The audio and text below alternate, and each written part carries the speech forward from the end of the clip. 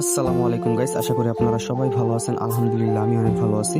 তো আজকে সকাল সকাল ঘুম থেকে ওঠার পরে দেখি যে 11টা বাজে গেছে।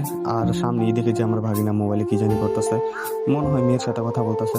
তারপর আমি মোবাইলটা নিয়ে আয়নার সামনে গেলাম, গিয়ে একটু ভংচং করতেছিলাম।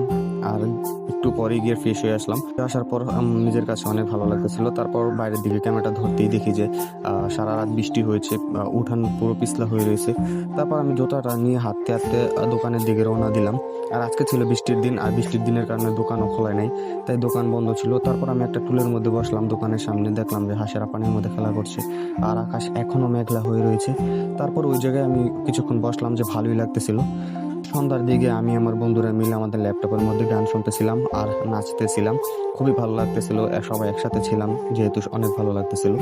তারপর ভাগিনের দিকে ক্যামেরাটা ধরতে সে উল্টা পাল্টা কাজ করা শুরু করে দিল, আর সে আমাদেরকে জ্ঞান দেওয়া শুরু করলো, কারণ সে এখন তার গার্লফ্রেন্ডের সাথে কথা বলতেছিল। তো আজকের ব্লগটা এই পর্যন্তই, দেখাবে নতুন একটি ব্লগ। আল্লাহ হাফেজ।